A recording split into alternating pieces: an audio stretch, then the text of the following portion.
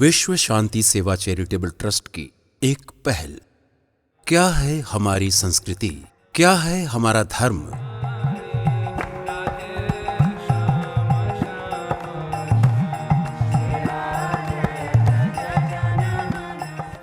आइए समझते हैं धर्म एवं संस्कृति की परिभाषा पूज्य श्री देवकीनंदन ठाकुर जी के श्रीमुख से।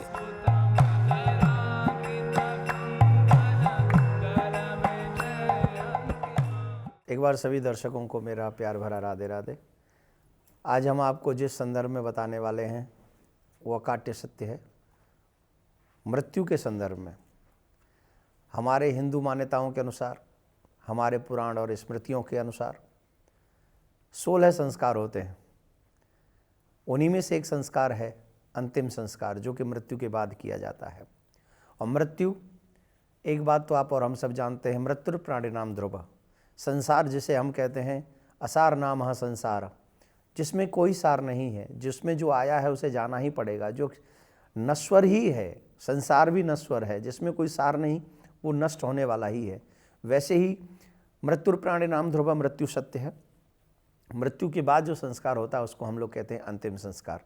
अंतिम संस्कार के विषय में बहुत सारी मान्यताएं हमारे हिंदू धर्म में पाई जाती हैं। एक हमारे यहाँ होता है जैसे वानप्रस्थ ब्रह्मचर्य। ब्रह्मचर्य सर्वप्रथम होता है, तो ब्रह्मचर्य, फिर गृहस्थ, फिर वानप्रस्थ। तो ब्रह्मचर्य के लिए ऐसा मान्यता है कि ब्रह्मचारी व्यक्ति को किसी भी अर्थी को, किसी भी व्यक्ति को जो आत्मा शरीर को त्याग दे, उसको कंधा नहीं देना चाहिए, क्योंकि अगर वो किसी को भी कंधा दे देगा तो उसका ब्रह्मचर्य नष्ट हो जाएगा। वो सिर्फ 3 को कंधा दे सकता है, अपने माता पिता और गुरु को। इसके अलावा और किसी को कंधा वो नहीं दे सकता है। अगर देगा तो उसका ब्रह्मचर्य नष्ट हो जाएगा। बहुत सारी मान्यताओं में ऐसी मान्यताएं भी हैं। मनुस्मृति के अनुसार कोई भी व्यक्ति किसी की भी शव यात्रा में जब सम्मिलित होता है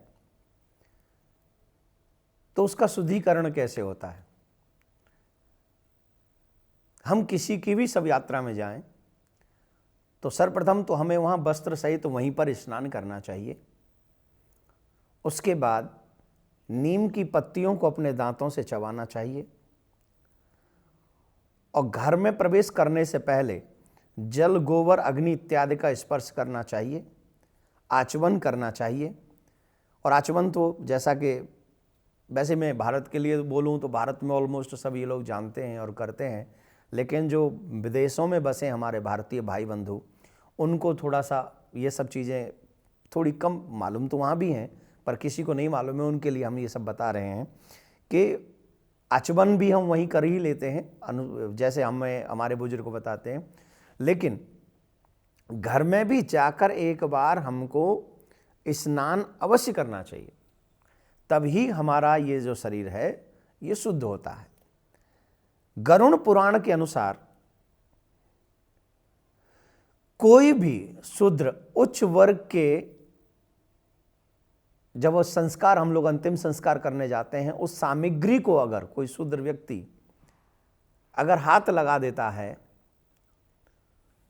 तो हमेशा जिस आत्मा ने अपने शरीर का वहां पर त्याग किया है, वो आत्मा हमेशा के लिए प्रेत योनि में वास करती है। तो हमें इन बातों का विशेष ध्यान रखना चाहिए, उच्च वर्ग के लोगों को, और हमारे सेवक भाइयों को भी इस बात का ध्यान रखना चाहिए कि हम किसी भी ऐसे व्यक्ति के उस सामग्री को हाथ न लगाएं जिससे उस आत्मा को हमेशा के लिए प्रेत योनि में भटकना पड़े। एक चीज़ जो कि हमारे बहुत सारे प्रचलन में है, हम और सब जानते हैं, आपको ये बात जानकर आश्चर्य होगा कि शव यात्रा का दर्शन हम सबकी मनोकामनाओं को पूर्ण कर देता है। वैसे हमारे हिंदू मान्यताओं के अनुसार जब भी कोई शव यात्रा निकलती है तो हम लोग स्वाभाविक तौर पर ही उसके पीछे पीछे चल देते हैं, चाहे 4 कदम ही 5 कदम ही चलें, और अगर नहीं भी चल पाएँ तो वहाँ पर खड़े हो जाते हैं। ये बहुत बड़ा फल देती है, बहुत बड़ा फल देती है।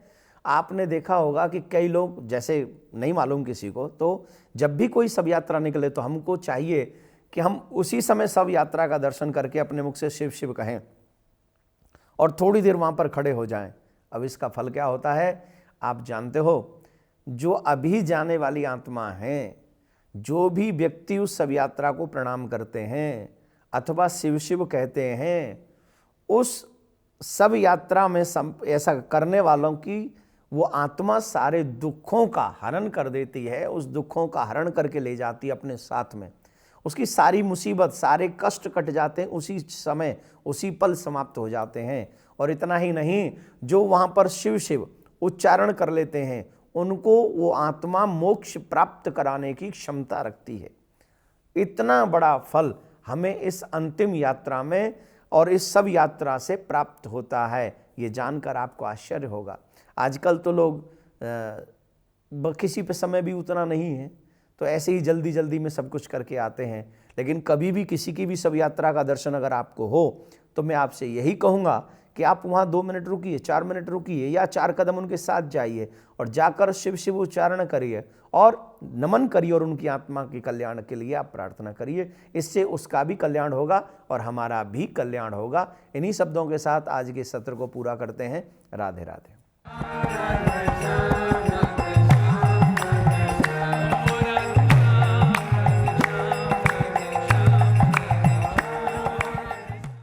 विश्व शांति सेवा चैरिटेबल ट्रस्ट के द्वारा चलाए जा रहे सोशल मीडिया से आप सभी भी जुड़ें।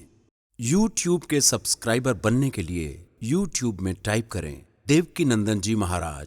Facebook पर पूज्य महाराज जी के आधिकारिक पेज को लाइक करने के लिए देवकीनंदन ठाकुर जी सर्च करें। ट्विटर पर पूज्य महाराज जी को DN_ठाकुर_जी फॉलो करें।